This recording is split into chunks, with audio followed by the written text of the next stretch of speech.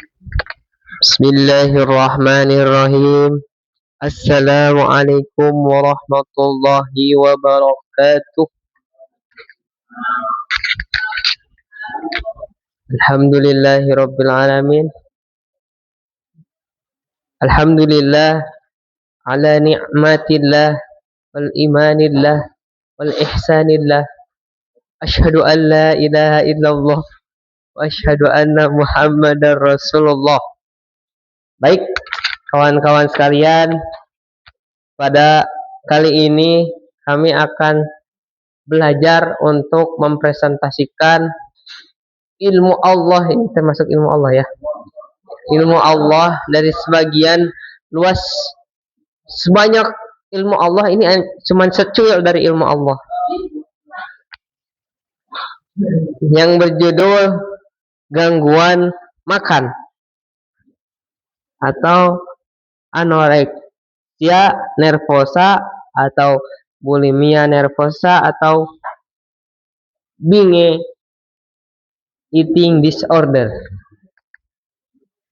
Baik, presentasi yang pertama akan dimulai oleh saudara kita yang paling ganteng sedunia, yakni Andrian. Kepadanya kami persilahkan. Cepat.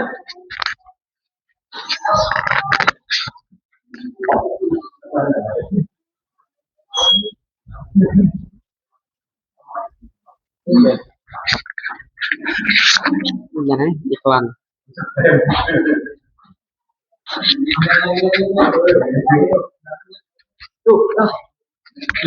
Begitu. Oke.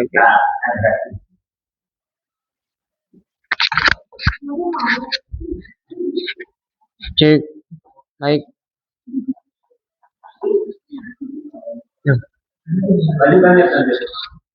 Sebelum kita masuk ke lebih dalam mengenai seperti apakah eating disorder ini, mari kita pahami terlebih dahulu mengenai dari judul dulu ya. Gangguan makan, yaitu eating disorder. Nah, yang mana pada kesempatan kali ini kami itu akan membahas dan mengkolaborasikannya dengan biopsikologi, kemudian sosiologi, kemudian psikologi perkembangan, dan ilmu gizi. Ya kan, ilmu gizi ini sesuai dengan moto kita MBG, Mas Bahlil Ganteng. Ada lagi. Oke. Masuk prevalensi di Indonesia. Kesehatan mental yang serius.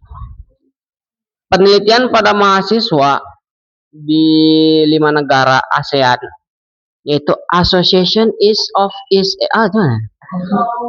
Southeast Asian Nation, menunjukkan Indonesia memiliki angka gangguan makan yang cukup signifikan. Gangguan ini bukan sekedar masalah diet, melainkan sindrom psikiatrik yang memengaruhi pola pikir, emosi, dan kondisi fisiologis tubuh secara mendalam.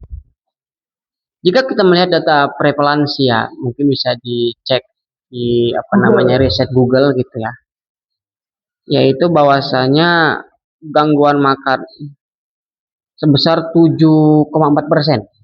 Kami kutip dari salah satu situs di Google, yang terjadi kepada mahasiswa di Asia Tenggara berarti ya, yang mana fenomena ini itu terkait dengan perkembangan zaman, modernisasi, yang mana penetapan standar makan, standar gaya hidup itu banyak sekali dipengaruhi oleh perkembangan zaman, yang mungkin dulunya ya mungkin karena aspek ketinggalan itu jadi makan seadanya, akan tetapi ternyata makan seadanya orang-orang dulu, yaitu orang-orang tua itu, ternyata itu adalah makan makanan yang sehat. Sedangkan sekarang yang kita disebut sebagai zaman modern, apalagi anak-anak Gen Z gitu ya, yang mana standar makannya itu seringkali disetir oleh media sosial. Nah, makan sembarangan, makan ini, makan itu, nggak makan ini nggak ngetren gitu, nggak makan ini ketinggalan gitu. Yang mana banyak sekali makan makanan yang beredar di media sosial itu adalah makan makanan yang kita bisa kita sebut kurang sehat. Contohnya seperti sebut sajalah seblak ya. Mohon maaf bagi yang pecinta seblak, bukan ingin menjudge, akan tapi ya bisa kita kutip aja gitu di media-media, di penelitian-penelitian bahwasanya seblak itu kurang sehat gitu ya, kurang sehat. Bukan melarang makan seblak, boleh, akan tetapi banyak sekali orang yang salah mengartikan boleh. Karena boleh, ia sering makan seblak dan yang artinya nanti banyak sekali kejadian-kejadian pada saat ini anak-anak mahasiswa, anak SMP, anak SMA masih usia muda tapi udah kena penyakit lambung. Nah, ya. Yang artinya pada intinya banyak sekali kejadian-kejadian di masa sekarang modern ini, pola makan itu disetir oleh perkembangan zaman itu media sosial pada tentunya. Kemudian, ini balik lagi nih kayaknya definisi. Kita lewatin aja. Oh ya, tadi kan ada tiga bahasan tadi ya. Nah, tadi kan ada tiga bahasan pada gangguan makan yaitu anoreksia nervosa, ya itu dia tadi.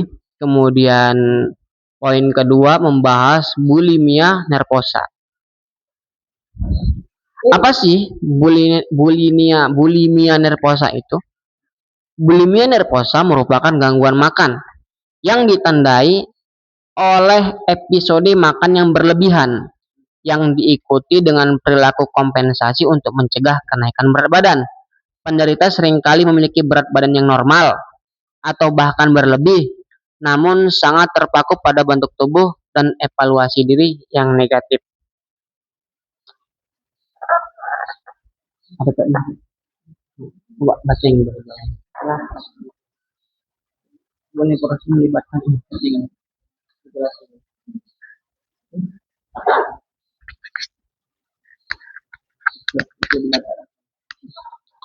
Bulimia nervosa melibatkan proses makan besar atau dalam porsi yang besar, kemudian diikuti dengan perilaku memuntahkan makanan, bisa menggunakan obat pencahar atau dengan puasa, serta dengan olahraga yang berlebihan untuk menjaga keseimbangan berat badan agar tetap ideal.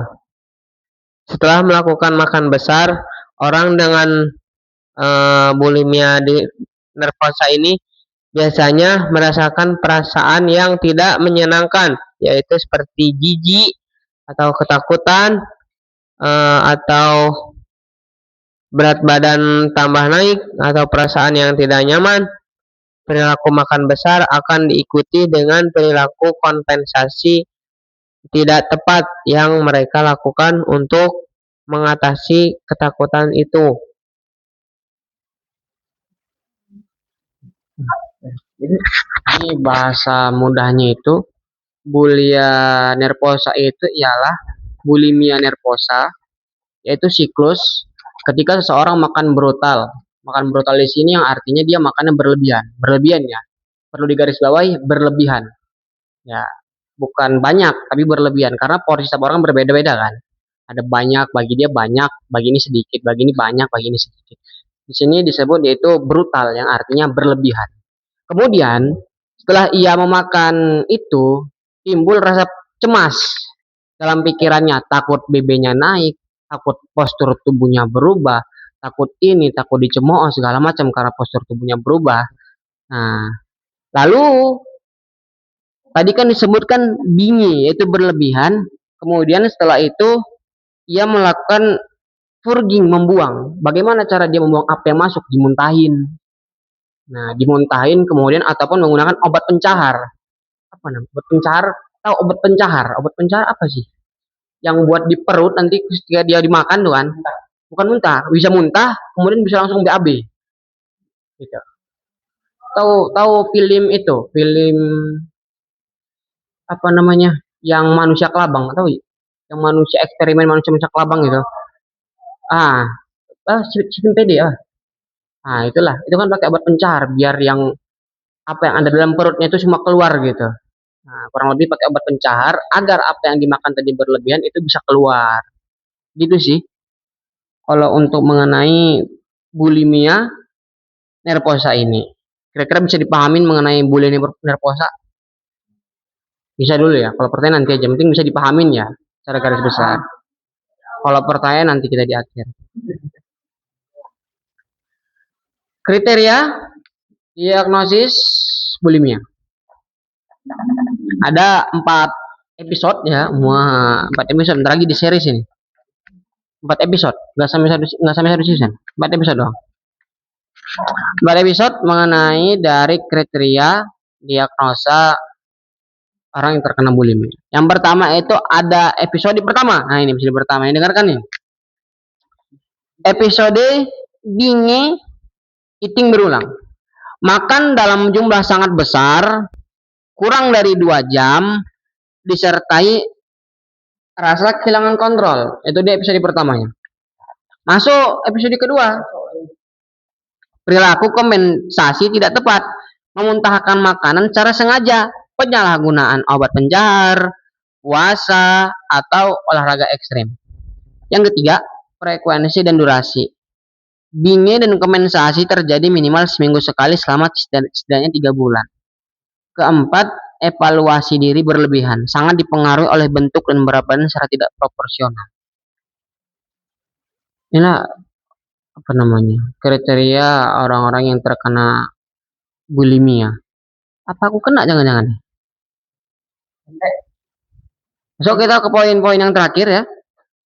Setelah tadi membahas apa namanya anoreksia nervosa, kemudian bulimia nervosa, dan terakhir bingi, iya apa ini? Oh belum, anoreksia nervosa belum rupanya. Terakhir. Yang kedua, ketakutan intens menjadi gemuk merupakan gangguan psikologis yang ditandai oleh ketakutan ekstrim terhadap kenaikan berat badan. Meskipun penderitanya sudah berada di bawah berat badan sehat, penderita seringkali menolak mempertahankan berat badan normal dan memiliki gangguan persepsi distorsi terhadap citra tubuh mereka sendiri. Nah, ini dia nih. Setelah tadi kita bahas apa namanya, kurang lebih hampir mirip-mirip lah dengan yang bulimia tadi. Yaitu ketika dia makan yang banyak gitu kan, terus ada rasa takut, takut gendut, gendut, gendut, bisa. Nah, biar bisa. Yang ketiga, binge eating disorder. Makan tanpa kendali. Nah, makan tanpa kendali. Berbeda dengan bulimia, penderita BED makan dalam jumlah besar secara impulsif namun tidak melakukan perilaku kompensasi. Hal ini seringkali memicu siklus rasa bersalah, malu, dan stres yang mendalam setelah episode makan berakhir. Nah, kalau tadi bulimia dia setelah makan banyak memiliki rasa bersalah dengan cara memuntahkan ataupun memakai obat pencar ataupun tiba-tiba dia langsung puasa gitu kan, ataupun dia olahraga ekstrim.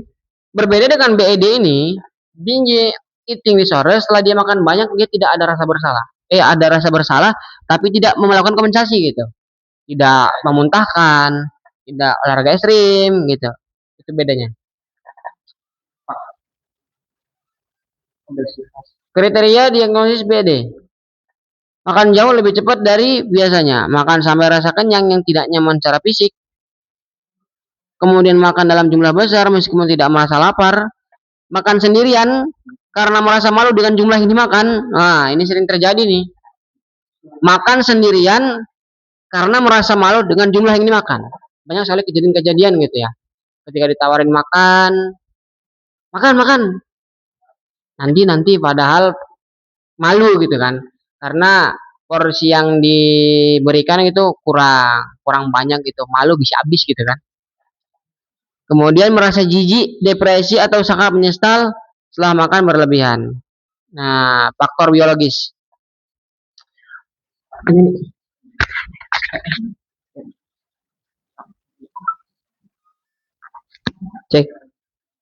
faktor biologis. Pertama ada faktor genetik. Beberapa penelitian menunjukkan adanya kecenderungan gangguan makan yang diturunkan dalam keluarga atau gen tertentu yang memengaruhi regulasi hawa nafsu makan dan pengendalian diri. Ini bisa menjadi faktor penyebab gangguan atau eating disorder ini. Ini faktor genetik.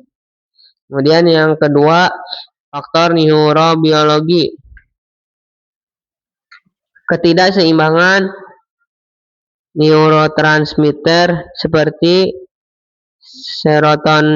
serotonin, pengatur mood dan kenyang, dan dopamin sistem reward berperan penting dalam munculnya perilaku makan yang menyimpang.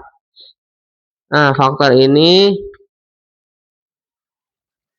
menjelaskan bahwa terdapat fungsi atau kontribusi serotonin yang dapat menyebabkan gangguan makan pada individu seseorang.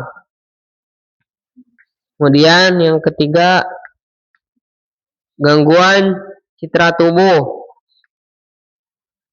Ketidakpuasan terhadap bentuk tubuh yang dipicu standar kecantikan media seringkali menjadi pemicu awal diet yang ekstrim. Nah, ini menjadi faktor eating disorder. Kemudian yang keempat, tipe kepribadian.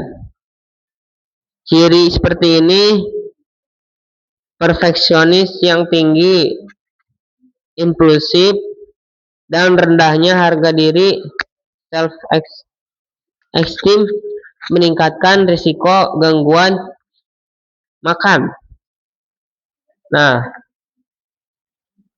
ini juga masuk kepada eating disorder. Kemudian faktor lingkungan. Selain itu, terdapat faktor lain. Ini riwayat trauma masa kecil atau pelecehan seksual atau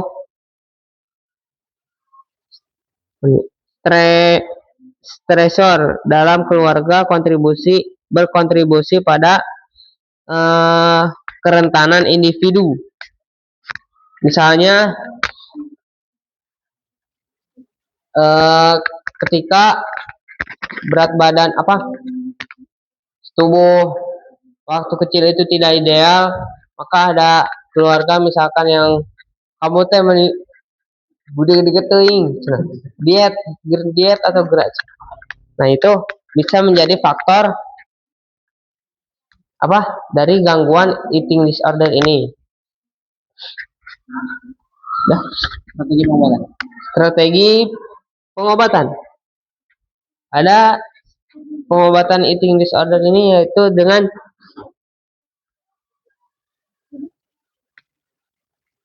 anoreksia nervosa. Ini tinggal baca sendiri ya. Gimana? Bahasanya gimana? Anoreksia nervosa bisa melalui dengan rawat inap medis, pemulihan berat badan, dan asupan nutrisi. Pada pendekatan psikologis bisa melalui terapi keluarga untuk mendukung pemulihan. Kemudian yang kedua, bulimia nervosa. Pendekatan biologis, obat antidepresan seperti fluoxetine untuk mengurangi episode binge. Binge itu makan yang berlebihan. Kemudian Pendekatan psikologis, kognitif, behavioral therapy atau CBT untuk mengubah pola pikir dan perilaku. Kemudian binge eating, manajemen berat badan secara medis akan jika diperlukan. Kemudian terapi kognitif yang terbukti paling efektif secara kritis. Klinis? Oh, klinis. Ya, gitu. Mungkin treatment melalui treatment ya ada 3 yang tadi. Ada anorexia nervosa, ada bulimia nervosa, ada binge eating disorder. Seperti itu. Baik, sesi pertanyaan. Simpulan dulu.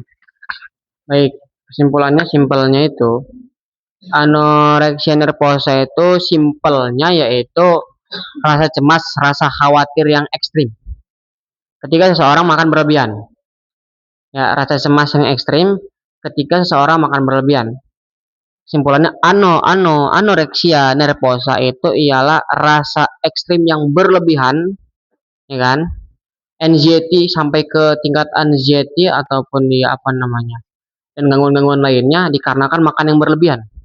Kemudian bulimia nervosa itu ialah siklus seorang yang membuang apa yang ia makan karena khawatir. Contohnya setelah makan banyak dia khawatir takut gemuk, takut nanti BB-nya naik, bentuk tubuh berubah, ia pun langsung mengeluarkannya dengan muntahin, obat pencar, olahraga ekstrim, seketika puasa saat itu juga gitu, nggak mau makan apapun biar yang masuk tadi itu tidak membuat badan dia menjadi gemuk, tidak membuat badan dia naik BB-nya, tidak membuat bentuk tubuhnya menjadi berubah gitu. Yang kedua, kemudian binge eating ialah kebalikan dari bulimia nervosa, lawannya gitu. Bulimia nervosa ketika seseorang memakan berlebihan kemudian mengeluarkannya, sedangkan binge eating tidak mengeluarkannya, tapi tetap khawatir. Nah, itu dia kesimpulannya. Tadi anoreksia nervosa dia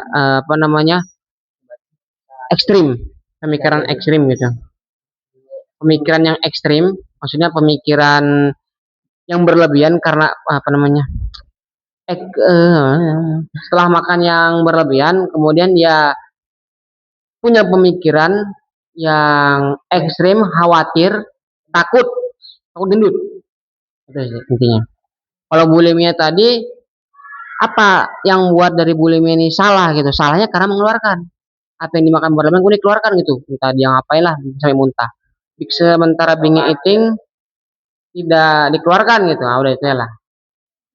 Kalau tadi bagaimana cara pengobatannya, ambil 2 tadi ini ya, dari biologis dan psikologis. Dah, itu sih. Mungkin cukup. Mungkin ada yang mau ditanyakan? Oke, boleh applause buat teman kita.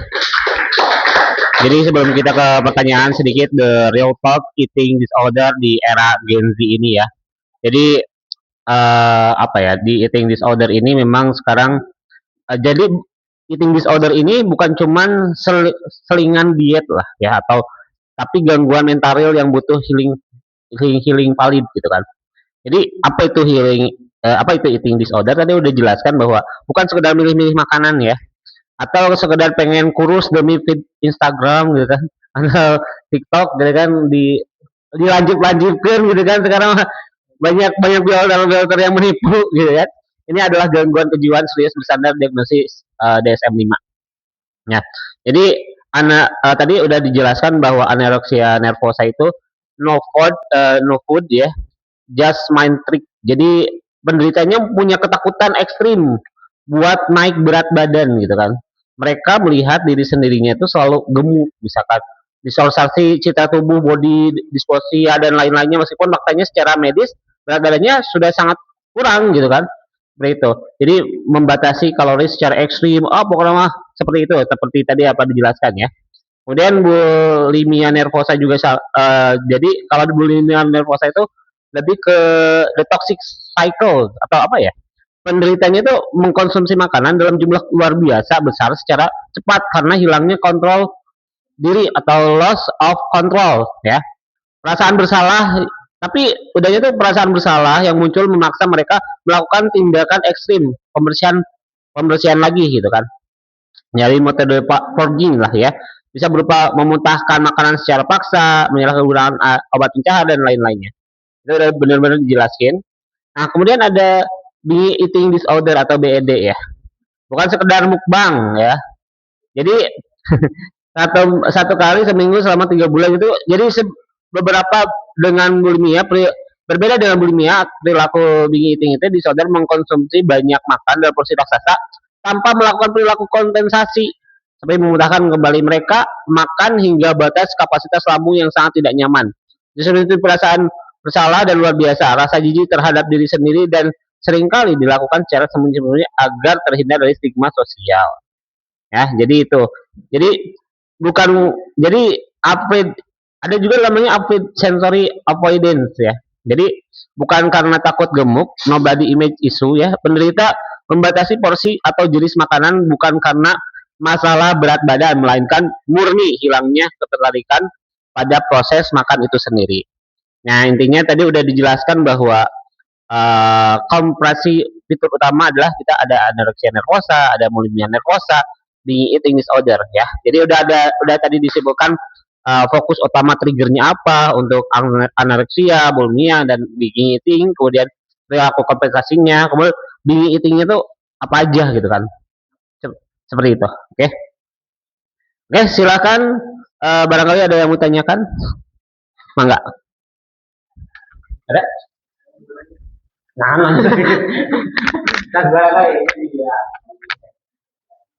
Muncul pertanyaan.